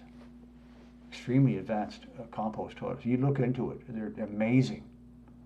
Mm-hmm. And so in the end, you've got like I saw one design had 2 trays. One is the most latest deposits, and the other somehow is an older deposit. You slide it off, they slide it out, and it's odorless. It's just soil, right? So, yeah, no, they got. So look into composting feces, absolutely. Yeah. Okay, Vas? Thank you. Yeah. Yes. So, thank you. yeah. I don't really come up with these ideas. I guess I've been reading and thinking about it for years. That's why I know this stuff. Is it wise to dig separate cemented hole to store urine and food? I don't know what want food to be. Well, that's a great question. How to store the food? I haven't got to that stage myself, but I imagine having 30-gallon plastic containers with a sealed lid on them, and putting your food in those, so that you bury those. I also had the idea that you should tie a rope to each barrel. Make sure it's got a secure rope on it.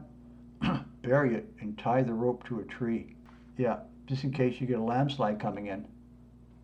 and you know, messing up you know, where they are. Yeah, so yeah, definitely something like that. You know, if you've got the wherewithal and the time to set up a separate bunker for the food, absolutely. Now, Chris, Yeah, will there Mary. be any trees standing afterwards? Probably not. Do you know? Probably not. None? Probably not. Yeah, so, and that's a good question because you don't want your safe location to have trees, you know, over too close, right? So you don't want them to Okay. fall on your installations, Okay. right? So you'd want to have somebody fall all the trees, you know, within you know, however high they are. Say they're 40, 50 feet high, so make sure they can't, you know, so you have a ring Right. around the, yeah, this, all the trees are felled, Okay. okay? I used to fall trees, so I can tell you some stories there, but I won't. I don't think the ETs are gonna collect the garbage.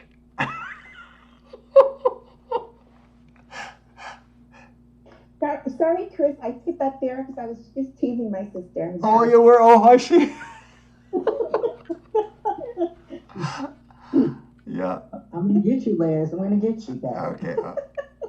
The conversation sometimes is very, very hardcore. It's very hard to digest. Oh, So no, I think absolutely, totally, totally. sometimes that laughter is very, very healthy. Yeah, Good for the soul. I know, absolutely.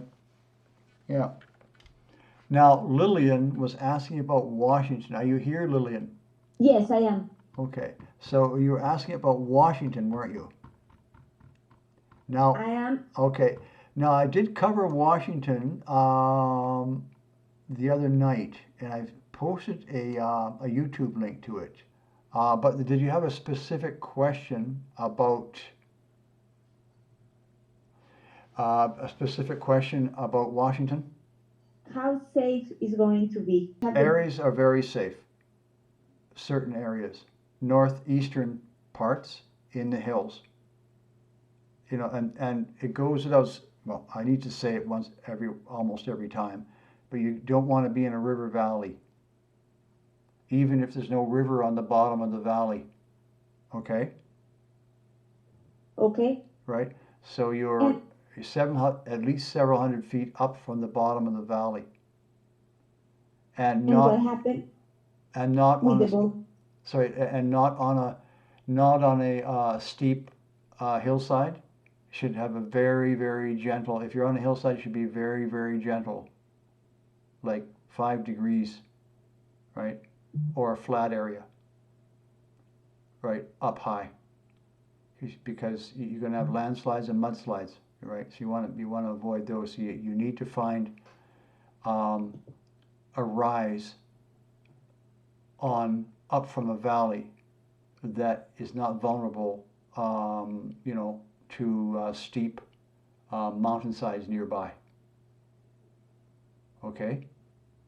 Okay. Yeah. And your safe location itself, wherever you say you buy a piece of land, you want your bunker and your living space and your bunker and all your location to be on a rise on your property. You don't want it to be in a dip. So when you buy your property or you rent it, whatever you're doing, you make sure that it has a rise on it that you can set up on. And hopefully that rise is not the highest point within a mile, right? And that's because, Okay. right, because you want, it would be nice if you're going to be in the mountains, right? If you're going to be in the mountains or the hills north of Spokane, you know, take advantage of making sure that there are higher mountains around you that can act as somewhat as a buffer during the pole shift, right? Right. Thank you. Okay.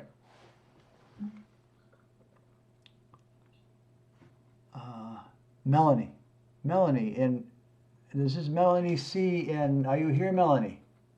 It's like a seance. Yes. Yeah, Melanie from Malaysia. Keeping the video off. Yeah, okay. Hi, I just Melanie. Yeah. There are news evacuation by rescue ships.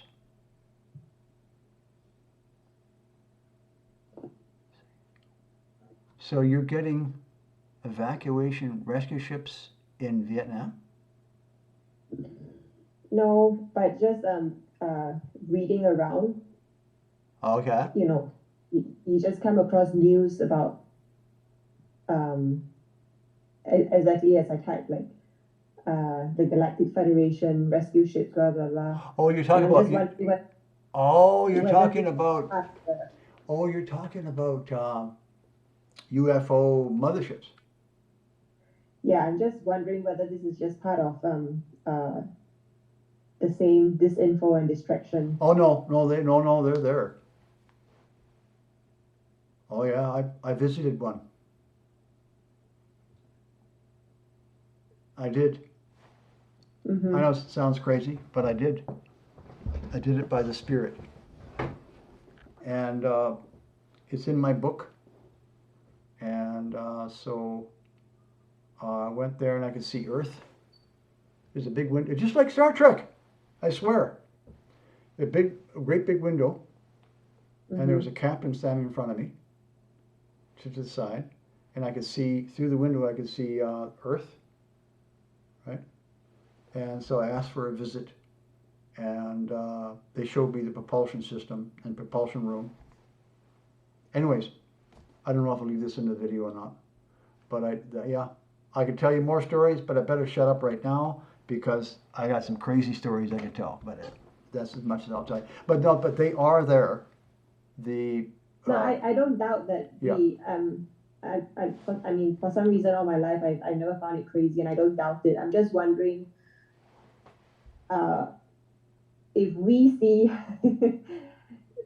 something approaching, do we? Oh, you'd be in a trance. Well, I mean, You'd be in may, trance. well, not all of us may have great intuition yet. I'm just wondering whether we should remain wary of them. What if their government shifts? I don't think there's any government, any U.S., no, they don't have that technology. I mean, they have the U.S. and maybe other countries of the world, but I know the U.S. have had possession of U.S. UFOs. But I heard a story once that they had some person that tried to pilot it, and it's piloted by telepathy, and he crashed it. Oh. Yeah. So, yeah, that was about 15 years ago. I read that on. I have yet to find that YouTube. It must have been taken down, but it was an amazing recounting of some amazing stuff that used to be on YouTube 15 years ago or so. But it's gone now. I can't find it anymore. Great stuff. You could tell it's real, right? So. I read that in a book. Yeah. Oh. You did. I can't find it. Yeah, I'll think about it. I'll think Okay. about the Yes. name Like. of it. Yeah, because a lot of people have had these experiences visiting UFOs, right? And this is not new. So, anybody have any closing questions? Last questions? Yes, I do, Chris. Hi, I have Beth. one final question. Okay. I want to ask you, if we make it to the afterlife and setting our intentions that we'll make it, are there going to be only good ETs? Will there be any bad ETs? No, they'll be cleansed. They're being cleansed now. Okay, I just thought to ask that is because I do have some knowledge and I know that not all of them are considered to be good. Yeah. No, that's right. Yeah. Well, this brings up the whole question of kind of a person's deep inner motivations and their deep soul orientation. there's a lot of souls, human persons that are incarnated by young souls, and they don't understand things about ETs and general life, it seems. But one, what's the word? Behavior, or the thing that I see posted on Facebook is people saying, I want to have ET contact. I want to, and so that is a mistake.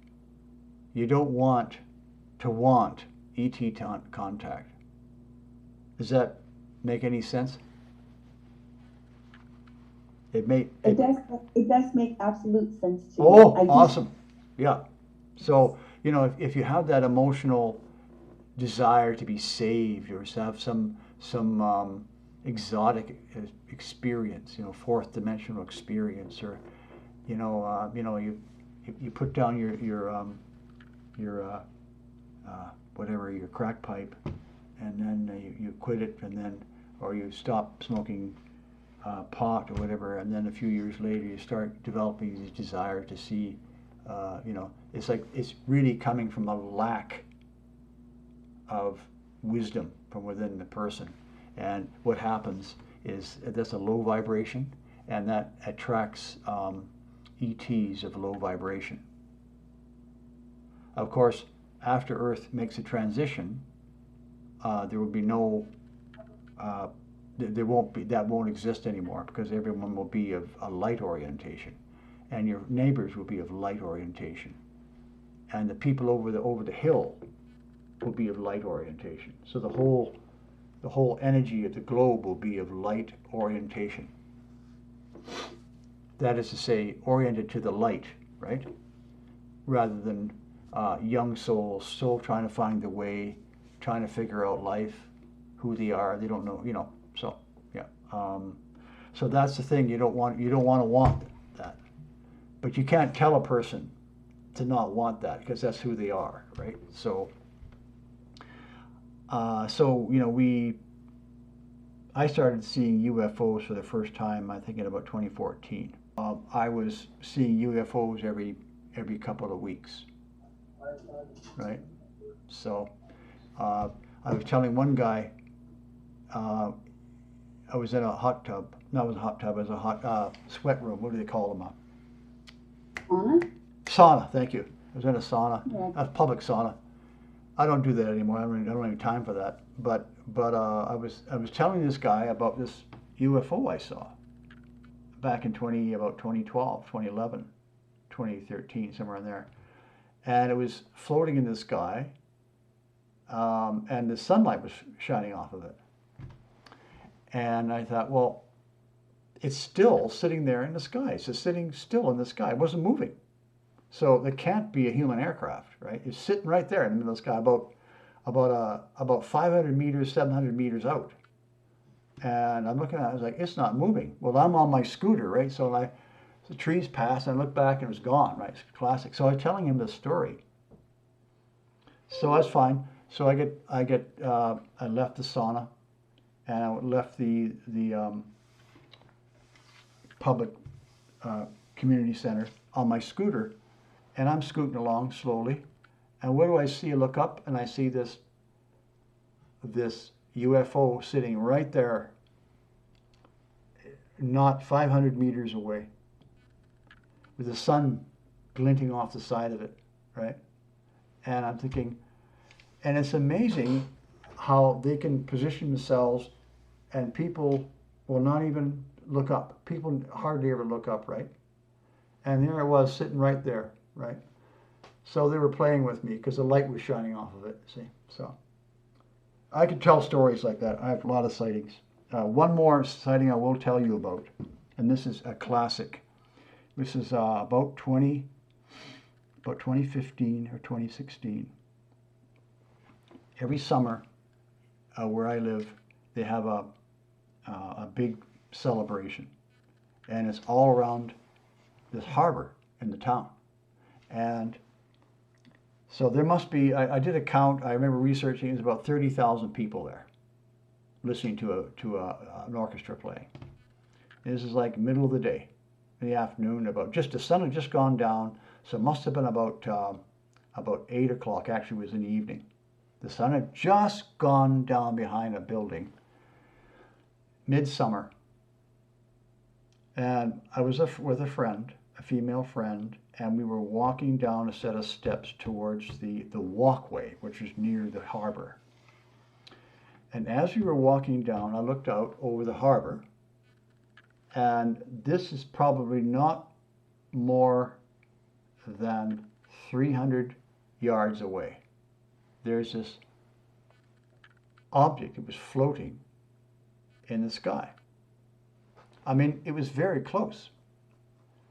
And I thought, well, hold it, that's a square object. It was rectangular, dark rectangular object, and it had a red light on one end and another red light on the other, like that. Okay? And so I'm looking at thinking, okay, that is not a, what do they have these, they call them, drone, right? I'm looking at it thinking, okay, that's not a drone, right? That's not a drone. You look at it, if you look at a drone, they got all kinds of things hanging out, right? So I knew it was a UFO, a small one. And so I turned to my friend. I said, look, there's a UFO right there, right there.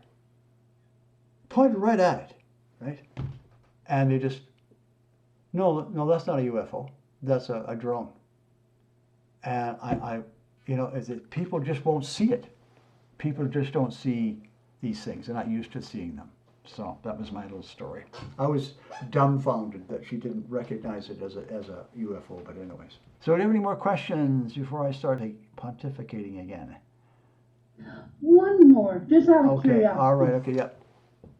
Gila National Forest in New Mexico. Pueblo type dwellings, yeah. Oh I yeah. was wondering, Oh yeah. would have been a good area to be in a culture. Yeah. Yeah, but you're in the desert, right? You're in the desert. Yes. So you survive, yeah. So you survived the pole shift, but then you're in the desert. Okay. So I might be biased, but I think That's one of the worst places to be. well, I think so. Unless you're a person that is born and raised. I remember one of my New Mexico, I did a video on New Mexico, in 2015, and this you can maybe find it. It still be in the comments under the video. And this guy he was a prepper and he lived in New Mexico, and he had nothing good to say about my video. Oh, there's water here, it's no problem. You can, and I'm thinking, yeah, if you're a prepper and a young guy, and you get lots of energy, right? But it's not for the average American person. I'm going to add a comment. Okay. Maybe. Okay. Sorry. Yeah, no, good. It's just that the other day when we were talking about bunkers, and there were a couple of people suggesting that they would bury a shipping container. Yep.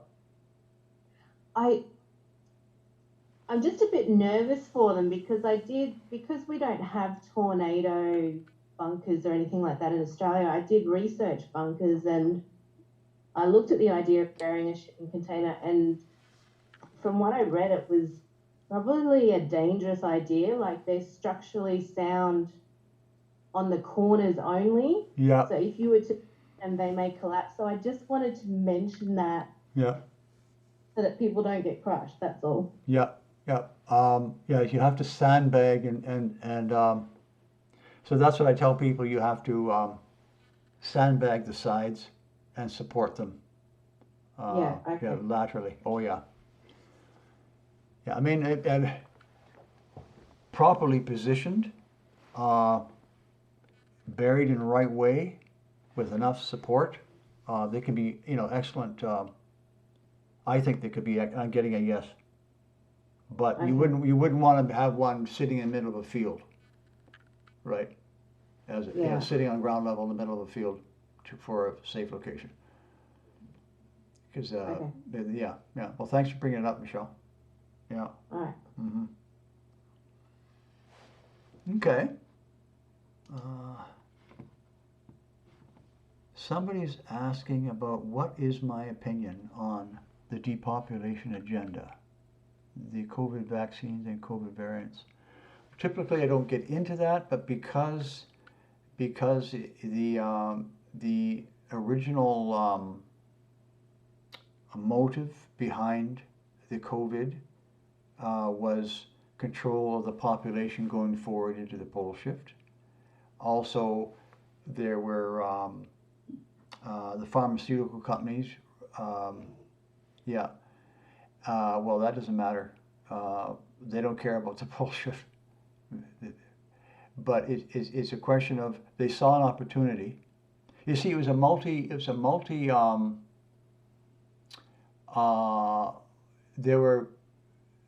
like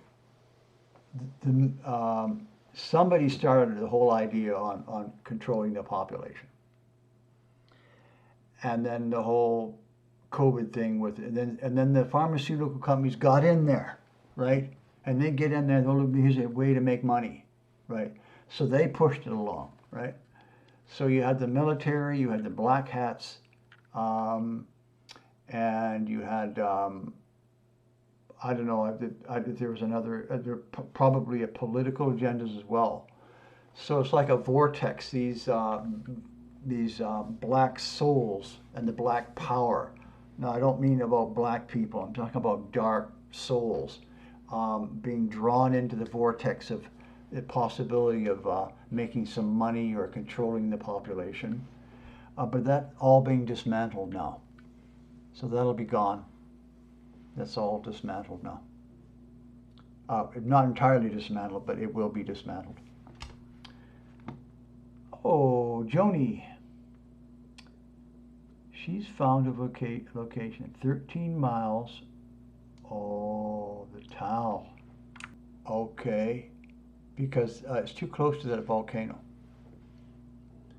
And the problem with if you're going to be in the Philippines and you can't leave the Philippines,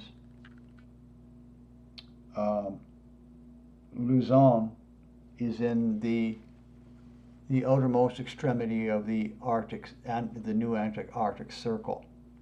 So the best thing to do is to get out of the Philippines altogether. Go to Africa, Central Mongolia, or Australia, New Zealand, even the island of New Guinea. Okay. Yeah. All right. Yeah. So don't go there. So we could talk in the future. Okay. I think I'll close up the session now. Okay. Yeah. You mean London, Ontario? Well, the town isn't, because that's the most populated. But never mind. If you can get to London, Ontario, then it's a quick hop to a safe location. Okay. So we'll talk about that. Okay. So. Yeah, you're welcome. And so we'll end the session. Thanks so much for coming in. It's just I'm just doing these on the fly, and I'm going to try to do more planned ones. But anyways, thanks everybody. Thank you. Good night, Thanks, everybody. Chris. Good night. Good night. Good night.